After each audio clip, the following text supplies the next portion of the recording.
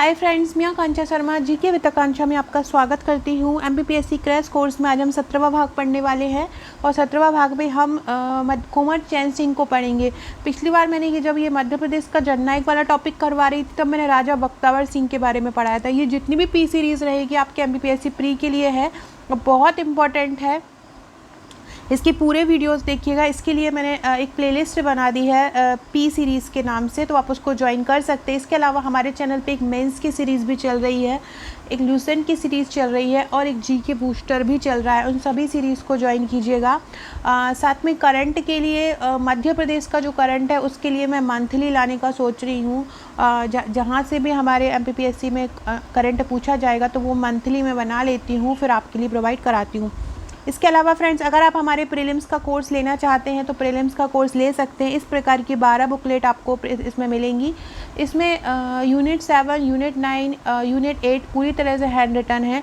बाकी सभी में जितनी भी बुकलेट है उनमें कुछ प्रिंटेड है और कुछ आपका हैंड रिटन किया गया है।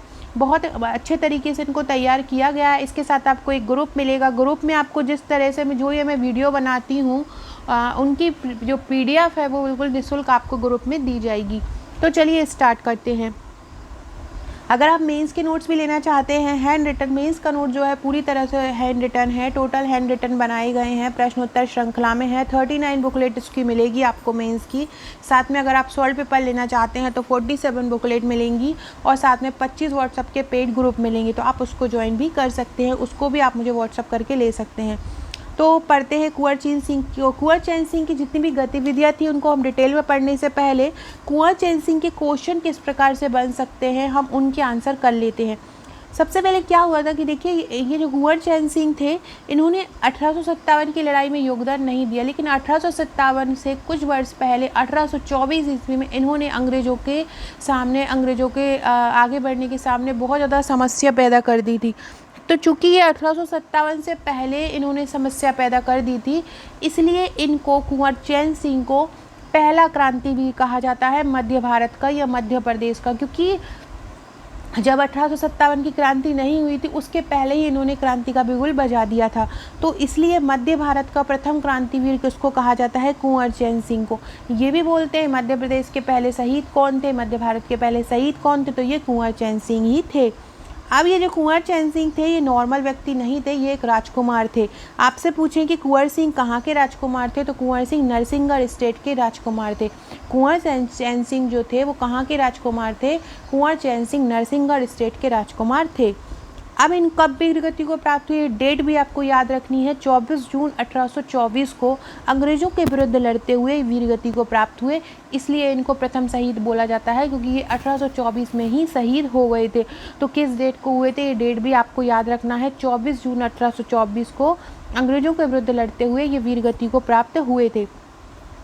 मध्य प्रदेश सरकार ने 2015 में सीहोर स्थित कुंवर चैन सिंह की छतरी पर गार्ड ऑफ ऑनर प्रारंभ किया है। किसने आरंभ किया है? मध्य प्रदेश सरकार ने। कब आरंभ किया है? 2015 में। और इनकी जो छतरी है वो कहाँ पर है? सीहोर में है। तो नरसिंहगढ़ या सीहोर क्षेत्र में आती थी, तो सीहोर में स्थित कुंवर सिंह की छतरी पर गार्ड ऑफ ऑनर आरंभ किया है। मध्य प्रदेश के प्रथम शहीद कौन कहलाते हैं? कुंवर चैन सिंह कहलाते हैं। मालवा निमाड़ क्षेत्र में सबसे पहले विद्रोह का बिगुल किसने बजाया है? कुंवर चैन सिंह ने ही बजाया है।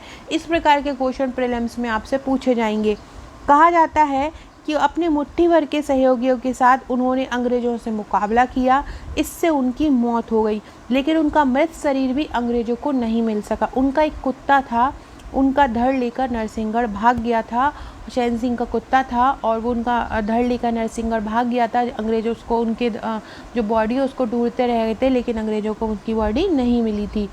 24 साल की उम्र में शहीद हो गए। ये भी आपसे पूछ सकते हैं कि शहीद जो चैन सिंह थे, कुंवर चैन सिंह थे, वो किस उम्र में शहीद हुए? 24 साल में, 1824 में हुए और 24 जून को हुए। उनकी शहादत के कारण लोग उन्हें लोक देवता के रूप में पूजने लगे थे। ये भी याद रखिएगा कि उनकी शहादत के कारण लोग उन्हें किस रूप में पूजने लगे थे? लोक देवता। कुंवर चैन सिंह की पत्नी थी कुंवर रानी राजावत।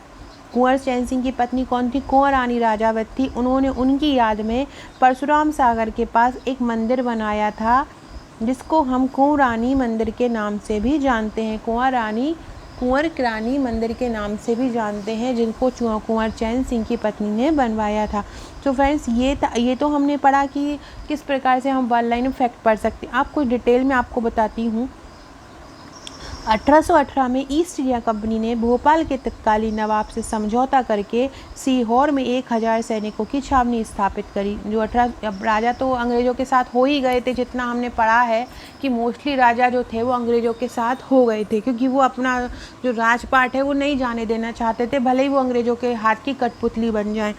तो उन्होंने भोपाल के राजा के सहयोग से सीहोर में 1000 सैनिकों की छावनी स्थापित कर ली थी। कंपनी द्वारा नियुक्त पॉलिटिकल एजेंट मैडॉक को इन फौजियों का प्रभारी बनाया गया। और इनका प्रभारी कौन बना? इनका प्रभारी बना था मैडॉक। कौन बना था इनका प्रभारी? इनका प्रभारी बना था मैडॉक। इन फौजी टुकड़ियों का वेतन जो था वो भोपाल रियासत के शाही खजाने से दिया जाता था। मतलब जो सैनिकों की छावनी स्थापित की और इन सैनिकों को जो वेतन है वो किससे दिया जाता था? भोपाल रियासत का जो खजाना था उनसे दिया जाता था। समझौते के तहत पॉलिटिकल एजेंट मैडॉक को भोपाल सहित नज़दीकी नरसिंहगढ़, खिलचीपुर, राजगढ़ रियासत से संबंधित राजनीतिक अधिकार भी सौंप दिए गए। किसको? मैडॉक को। ये मैडॉक भी याद रखिएगा आप। बाकी तो चुप रहे, लेकिन इस फैसले को नरसिंहगढ़ रियासत का जो युवराज था कुंवर चैन सिंह, उसने समझा कि ये गुलामी है और उसने मना कर दिया। इस बात को उसने स्वीकार नहीं किया। रियासत के दीवान जो थे आनंद राम बख्शी और पत्नी रूपराम और मंत्री रूपराम बोहरा अंग्रेजों से मिले हुए थे।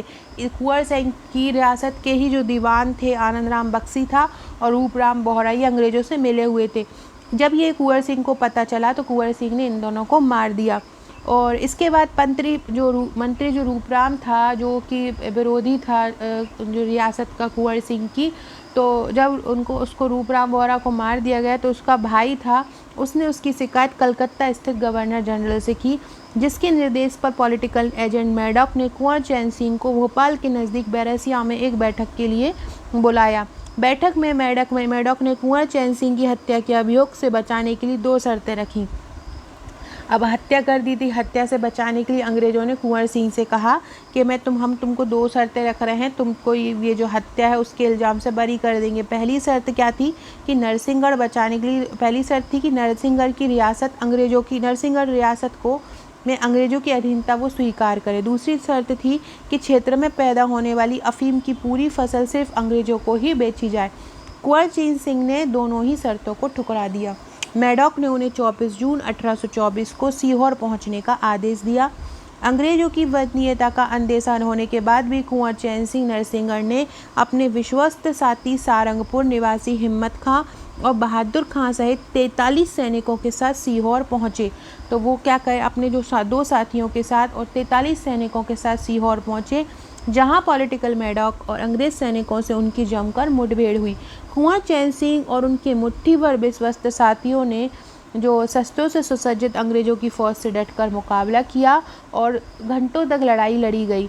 इसमें अंग्रेजों ने तोपखाने और बंदूकों का प्रयोग किया, जिसके कारण कुंवर चैन सिंह और उसके जाबाज उसके खिलाफ भी डटकर खड़े रहे। ऐसा कहा जाता है कि युद्ध के दौरान कुंवर चैन सिंह ने अंग्रेजों की जो अष्ट धातु से बनी तोप थी उस पर अपनी तलवार से प्रहार किया, जिससे तलवार जो थी वो तोप को काटकर उसमें फंस गई।